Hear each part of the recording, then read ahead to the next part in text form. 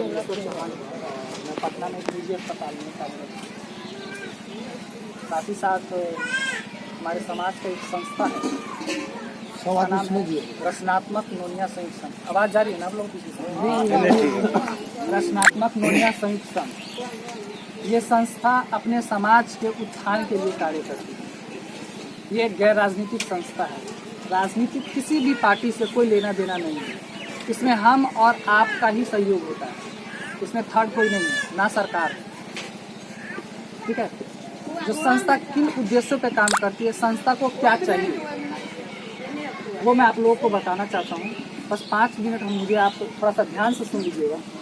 जो हम लोग के संस्था का उद्देश्य है वो है शिक्षा, स्वास्थ्य, नारी सशक्तिकरण, रोजगार, सामाजिक समानता व एकजुटता।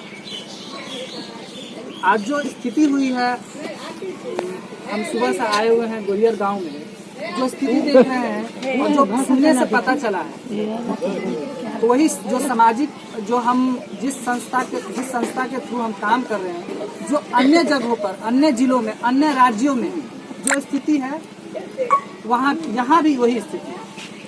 सबसे पहले तो शिक्षा की घोर कमी, शिक्षा हमारे बीच में नहीं है।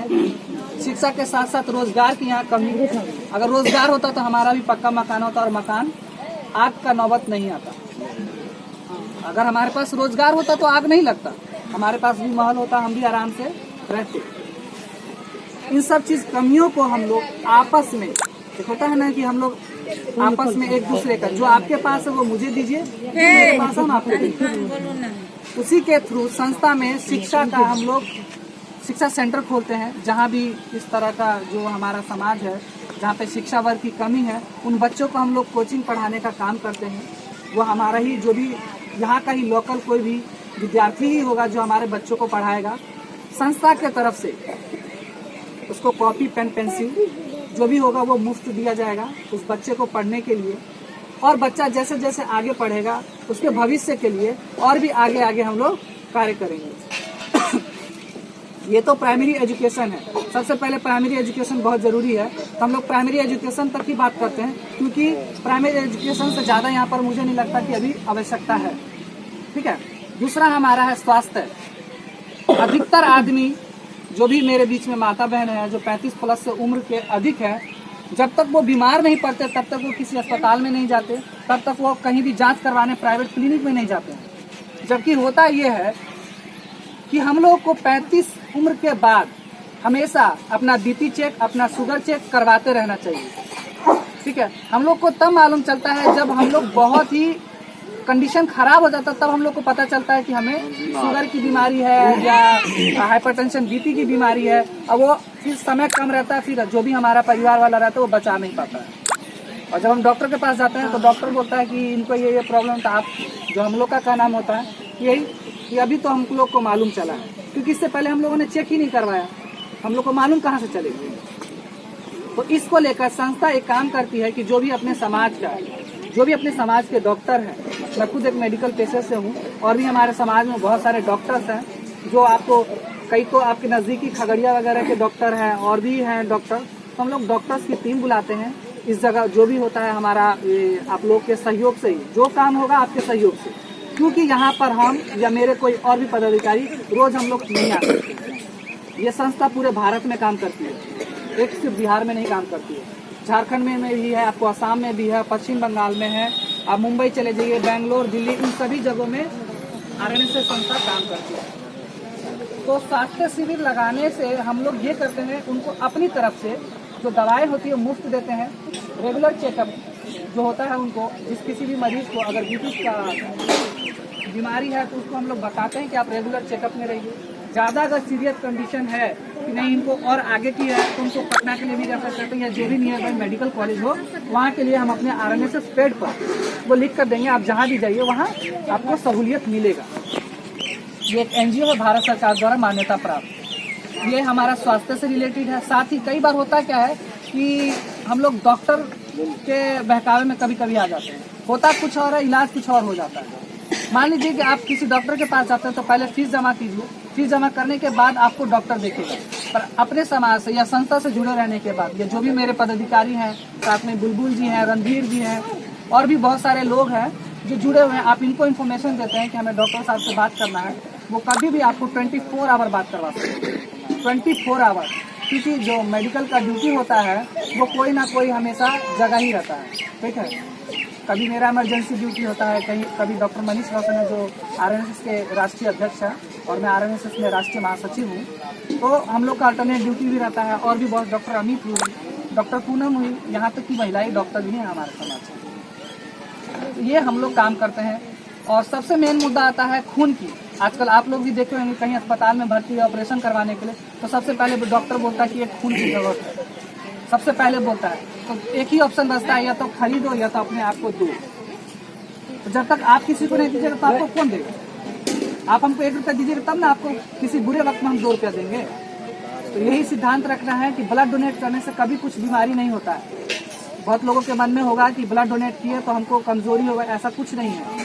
उम्र होना चाहिए 18+, 50 kg से 50 किलो से ज़्यादा हो जाना चाहिए वजन, आप ब्लड डोनेट कर सकते हैं, ठीक है। और तीसरा हम लोग का आता है नारी सशक्तिकरण।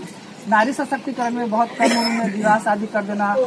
महिलाएं कई हैं जो विधवा हो जाती हैं, अभी पूरा उम्र बाकी है, पता चलता है अकेले सहारा, बाल बच्चों को पालना पोसना है। तो उसके लिए हम लोग संस्था की तरफ से सिलाई मशीन का प्रबंध करवाते हैं। उस सिलाई मशीन से जो भी हो वो कपड़े सिले, जो भी हमारे समाज के जो मार्केट में सेल करते हैं उनको कपड़े सिल कर दे, वो बेचे, या खुद आप अपने घर में सिल रही हैं, जो भी है आप उससे अपना कमाई कर सकती हैं। साथ में साथ कंडीशन ये होता है कि जो भी हम लोग सिलाई मशीन देंगे उसमें अपने समाज की जो भी बच्चियाँ होंगी या बहू होंगी उनको सिखाना है, कि ताकि कल को ऐसा प्रॉब्लम हो तो वो अपना मतलब सक्षम हो कि कमा के खा सके। ये हमारा नारी सशक्तिकरण के लिए है। सबसे बड़ा मुद्दा आता है रोजगार के लिए।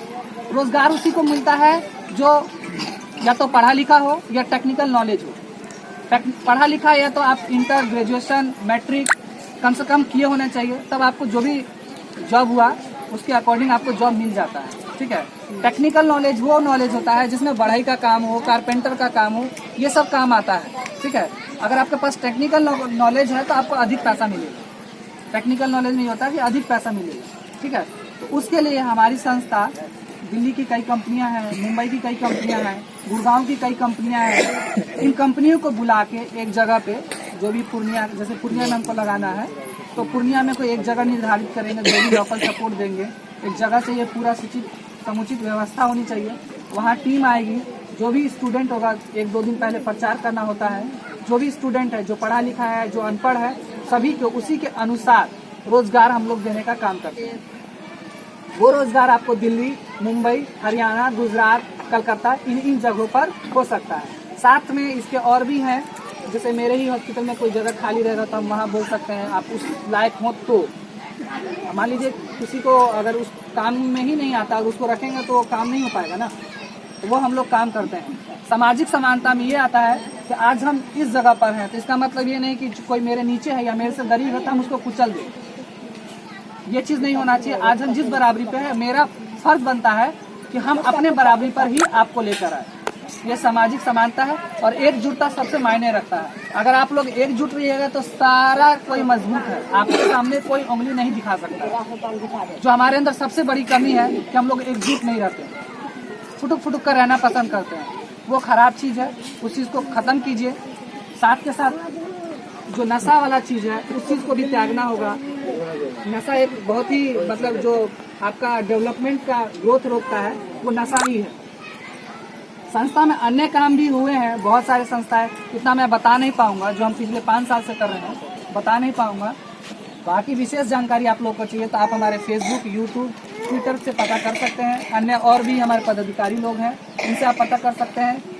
या आपके कोई रिलेशन में हो, जैसे आपको मधेपुरा वगैरह हो गया, खगड़िया हो गया, इन्हीं जिलों में भी हमारी कमेटी है, कटिहार भी हो गया, इन्हीं जगहों पे हमारी कमेटी है, आप उनसे कर सकते हैं।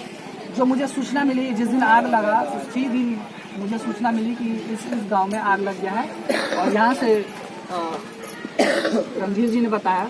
हमने अपनी टीम से बात किया, वहाँ पे हुआ कि नहीं, आप RNSS की तरफ से कुछ सामान हम लोग सामग्री देना चाहते हैं, सोच जाती हैं, क्योंकि हम लोग आपसी फंडिंग करते हैं, कोई गवर्नमेंट का फंडिंग नहीं है। तो जो पीड़ित हो हम लोग चाहते हैं कि उन्हीं को कुछ सामान दे। जितनी शक्ति है हम लोग उतनी कर रहे हैं और आगे भी हम उम्मीद करते हैं कि जितना हमसे बन पड़ेगा आज भी कोई छोटी से छोटी बात हो जाए तो बंदे इसका नाम लेते हैं। इसका नाम चंदेश्वर है। मैं चाहता हूँ दोस्तों आप ये पूरा वीडियो देखिए और आप इन्हें सपोर्ट कीजिए।